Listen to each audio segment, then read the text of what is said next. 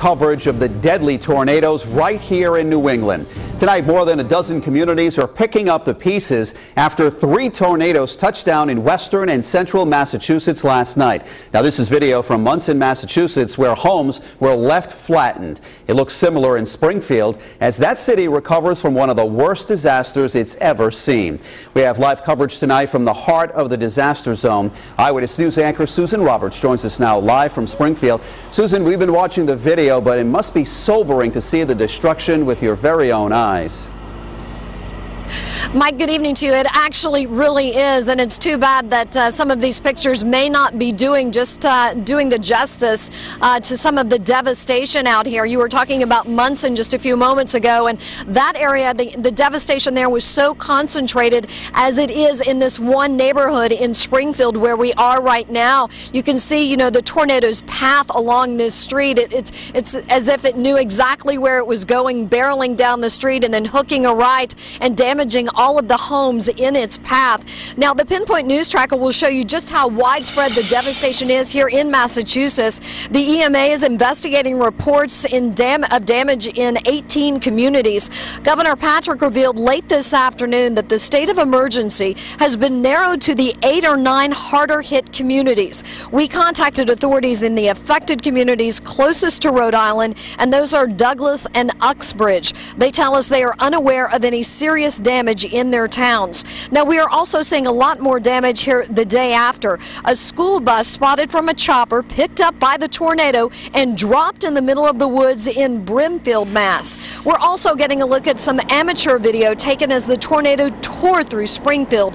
This shot here was taken from Tom Curto while he was on the road. Amazing stuff. Now, there have been at least 3 deaths associated with the twister. Officials have been saying the death toll was 4, but now they believe one of the victims may have died from an unrelated heart attack.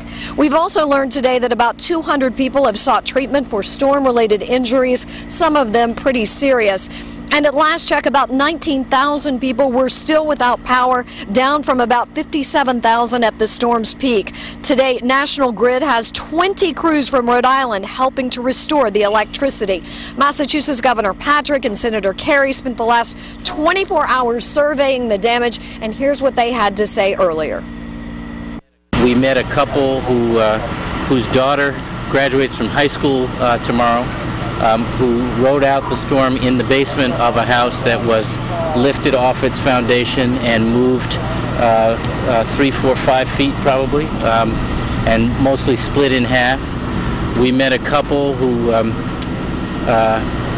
just made their last mortgage payment, and the house is completely destroyed. And magnitude, when you see those houses flattened, really hits you.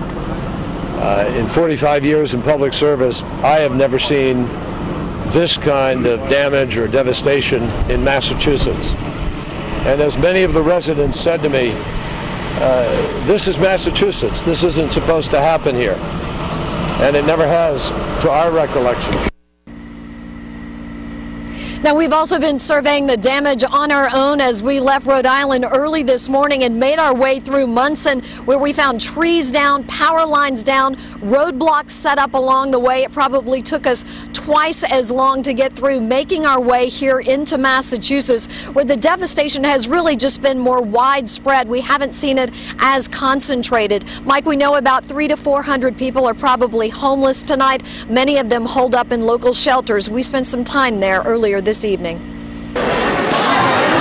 It is not home, but for now it will have to do. At least 100 of the 300 left homeless by the deadly tornadoes have been left with no choice but to take shelter in this local high school. Right now I'm in a safe place, so I feel more safer now than what I did before when I spent the night at the condemned building.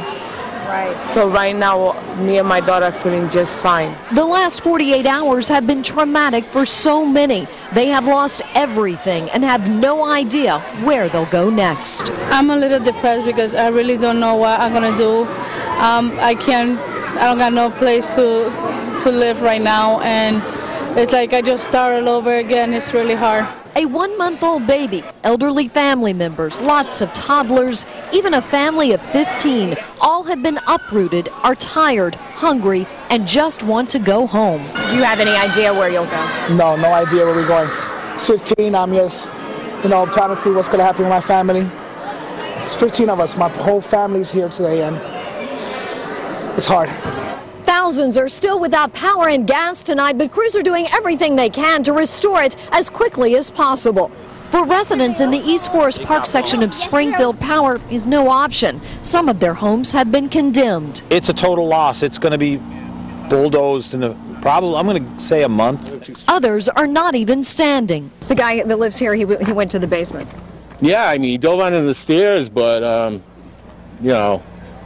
it's pretty bad. As the twister barreled through this neighborhood, it tossed cars, snapped trees, and wiped out homes. Residents tell me they're lucky to be alive.